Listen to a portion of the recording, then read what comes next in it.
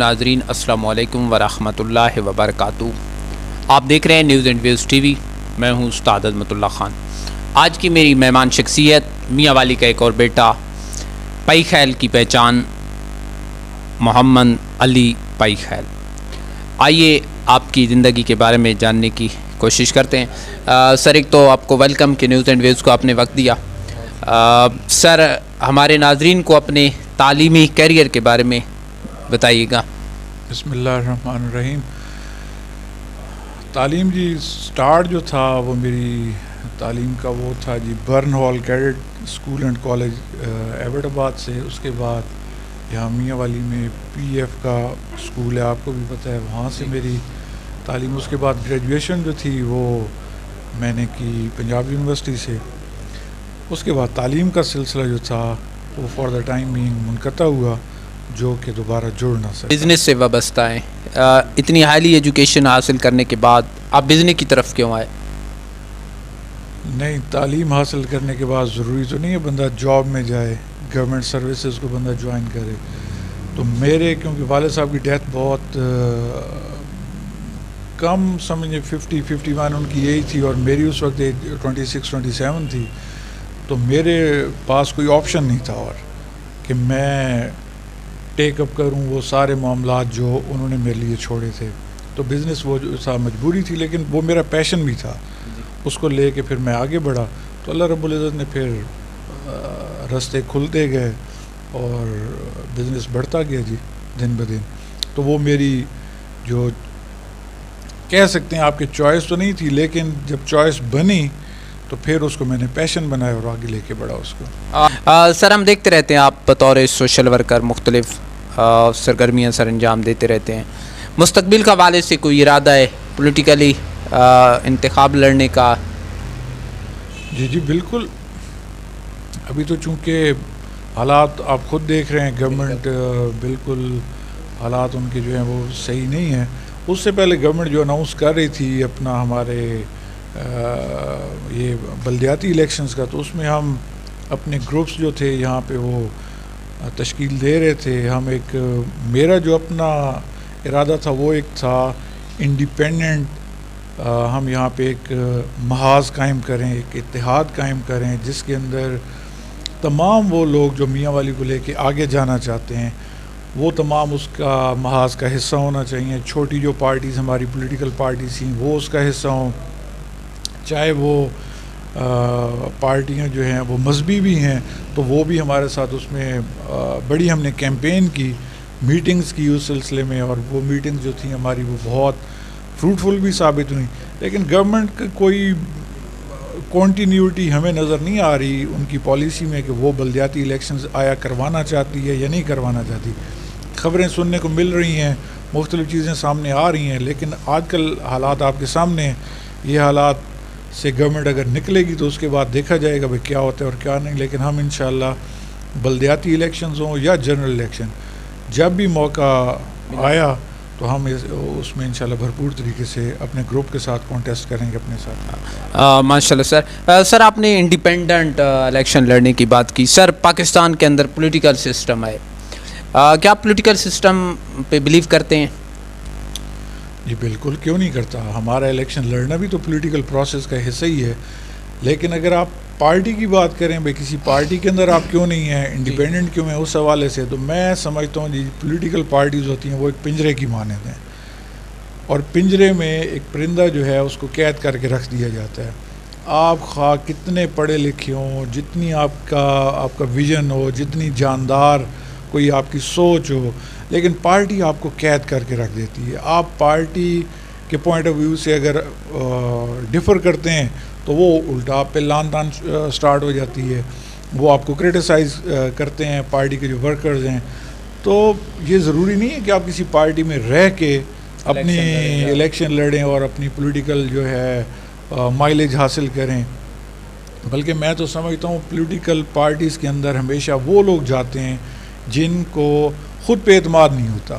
وہ سہارے ڈھونڈتے ہیں کسی پارٹی کے ٹکٹ کا, کسی پارٹی کے قائد کا, پھر وہ فوٹو سیشن کروا لیے کسی جگہ پہ بیٹھ کے, تو وہ یہ ظاہر کرنا چاہتے ہیں اپنی پبلک کے سامنے, یہ رکھنا چاہتے ہیں کہ یہ ہم بہت اونچے اور اعلیٰ مقام پہ پہنچ چکے ہیں ہم چونکہ ایک پارٹی سے ہیں، لیکن میں ان چیزوں سے بالکل ہٹ کے سوچتا ہوں. اور اس جو آپ کا بلدیاتی الیکشن اس مرتبہ ہونے جا رہا ہے، اس میں جو سب سے زبردست چیز ہے کہ آپ کو انڈیپینڈنٹ جتنے گروپس ہیں نا ان کو بھی آپ وہاں پہ جا کے رجسٹرڈ کروا سکتے ہیں، اور وہ آپ کا انڈیپینڈنٹ جو گروپ ہے وہ جا کے الیکشن کانٹیسٹ کر سکتا ہے آپ کا جو بلدیاتی الیکشن ہے.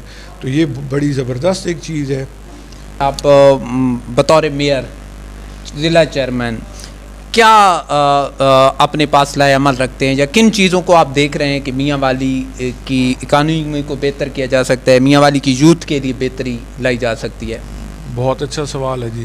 میرے سمجھ لیں کہ آپ نے میرے دل کی بات وہ سوال کے طور پہ میرے سامنے رکھ دی ہے. مجھے اگر کبھی بھی انشاءاللہ زندگی میں موقع ملا جی، تو میں ہمیشہ سے یہ کہتا ہوں، اور میرا اس پہ بہت زیادہ ایمفسائز ہوتا ہے کہ میاں والی کے لیے جو سب سے زیادہ ضروری چیز ہے وہ آپ کے لیے انڈسٹریل اسٹیٹ ہے. ہم میاں والی کو دیکھتے ہیں کہ یہاں پہ اللہ تعالیٰ نے آپ کو معدنیات سے لدے ہوئے پہاڑ دیے ہیں، آپ کے پاس بارشی پانی ہے، زیر زمین پانی ہے، دریائی پانی ہے، ریلوے ٹریک ہے، ایئر بیس آپ کے پاس موجود ہے، آپ کے پاس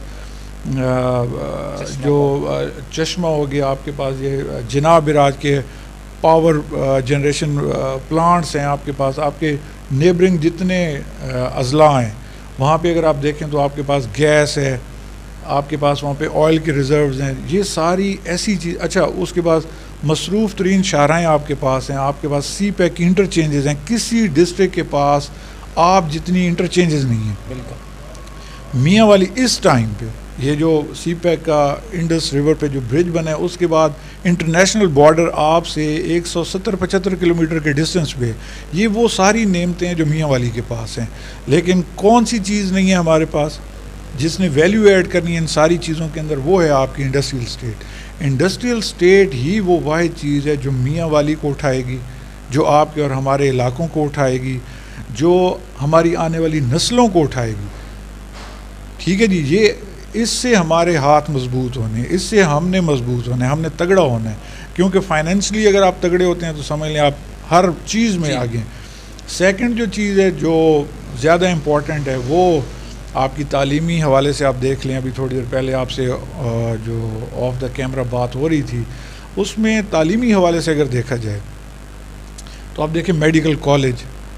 اب 70-75 سال کے بعد بھی ہم محروم ہیں میڈیکل کالج سے. ہمارے بچے اتنے ٹیلنٹڈ ہیں ماشاءاللہ، ان کے جب بندہ نمبر سنتا ہے بندہ حیران ہو جاتا ہے. پھر آپ کے پاس انجینئرنگ یونیورسٹی نہیں ہے. ہم کیونکہ ایک ٹرائبل بیلٹ سے ہیں، پٹھان ہیں، یہاں پہ پردے کی بہت زیادہ پابندی ہے. ویمن یونیورسٹی کو اب تک ہو جانا چاہیے تھا، گراؤنڈ پہ آ جانا چاہیے تھا. یہ ایسی چیزیں ہیں جن کو لے کے ہمیں آگے چلنا چاہیے.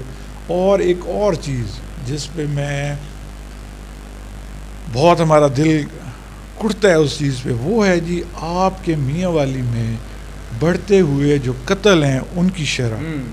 آپ دیکھیں کتنی ہاربل وہ شرح ہے. 99 قتل ہو رہے ہیں ہمارے پاس ایک سال کے اندر. بہت بڑی 99. ہر 4 دن کے بعد ایک قتل، ہر مہینے میں 7 سے 8 قتل. اس پہ میرا پچھلے دنوں بھی میں نے آپ جیسے ایک بھائی کو میں نے انٹرویو دیا اور وہاں پہ میں نے یہ کہا کہ ہمارے پاکستان میں ہمارے ساتھ ہمارے کرسچین بھائی رہتے ہیں، ہندو رہتے ہیں، سکھ رہتے ہیں، وہ اپنے اپنے لاز کے تحت اپنی زندگیاں یہاں پہ گزار رہے ہیں. ہمارے اندر فاٹا کا ایریا تھا، وہ وہاں پہ قانون کی عملداری مختلف طریقے سے تھی. ہمارے اسی پنجاب کے اندر یہ جو ہماری بلوچ بیلٹ ہے جہاں سے ہمارے موجودہ سی ایم ہے اس کو پاٹا کہا جاتا ہے. پاٹا کے اندر اب بھی قانون کی عملداری ہمارے اس پنجاب سے تھوڑی مختلف ہے. گلگت بلتستان کو آپ دیکھ لیں، آزاد کشمیر بالکل مختلف ہے. تو وائی ناٹ کہ میاں والی کے لیے کوئی ایسی قانون سازی کیا نہیں ہو سکتی؟ بھائی ہمارے پاس جو 99 قتل ہوتے ہیں اس پہ کیا کوئی قانون سازی؟ کسی کی توجہ ہی نہیں ہے. ہمارے ارباب اختیار وہ پتہ نہیں کہاں کھوئے ہوئے، یعنی اسپیشل قسم کا لا لگا کر اسپیشل اس چیز کا صدب آپ دیکھ لیں. 10 سال میں 1100 لوگ ہم اپنے گھروں سے اپنے جوان دے کے بیٹھے اور ہمیں پرواہ ہی نہیں ہے. اور یہ سلسلہ بڑھتا جا رہا ہے. اور اس میں جو اس نے ٹریگر کیا ہے، قتل تو پہلے بھی خیر میاں والی میں بہت ہوتے تھے، جو ٹریگر کیا وہ ہمارے اس موبائل، اس کی جو ایپس ہیں آپ کے واٹس ایپ سوشل میڈیا یہ ساری چیزیں بچے کیونکہ کم عمر ہیں ان کو سمجھ نہیں ہے اس کو کیسے یوز کرنا ہے, اس پہ ہماری کوئی تربیت نہیں ہے, کوئی ہم بتا نہیں رہے اپنی اگلی نسل کو کہ اس کو کیسے ہینڈل کرنا ہے. یہ ساری چیزیں لے کے جو ہے تو ہمارے پاس اتنے بھیانک فگرز ہیں. یہ موجودہ پولیٹیکل حالات پہ بات کر لیتے ہیں.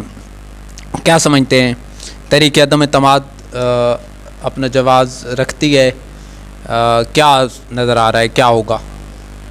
دیکھیں جی اپنا یہ ایک پولیٹیکل پروسیس اس کا ایک حصہ ہے.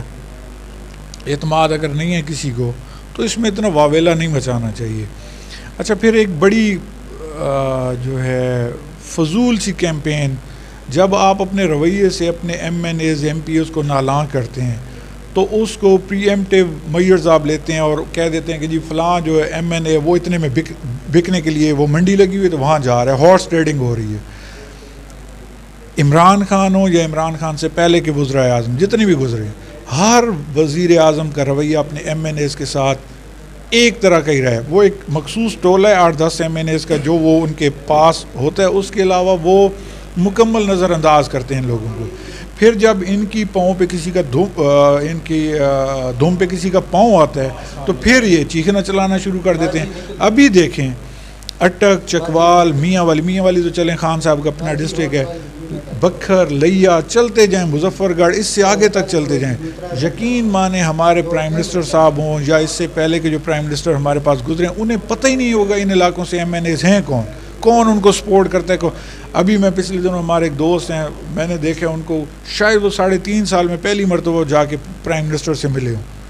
کسی ڈسٹرکٹ میں میاں والی سے ہٹ کے کام نہیں ہو رہا تھا, 3.5 سال میں کام نہیں ہو. عدم اعتماد جو ہے اگر پبلک کے لیے ہو تو بہت اچھا ہے, اگر اپنے کو پولیٹیکل ویسٹڈ انٹرسٹ ہیں تو وہ آئی تھنک ایبسرڈ ہوگا. یہ کرتے رہیں کریں گے ٹھیک ہے جی, لیکن اس سے ہم نے تو یہ دیکھنا ہے پاکستان کو کیا فائدہ ہونا ہے, پاکستان کی کیا جنرل پبلک کو فائدہ ہونا ہے. میں ابھی تھوڑی دیر پہلے اپنے دوستوں سے بات کر رہا تھا کہ آج آٹا گھی چینی دالوں کے ریٹ آپ لکھ کے اپنے پاس رکھیں اور 15 دن کے بعد آپ جا کے دیکھیے گا.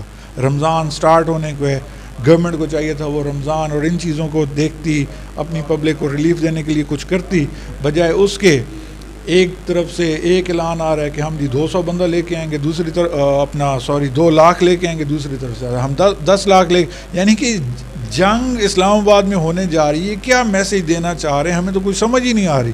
اور میں یوتھ کے لیے کیا دیں گے؟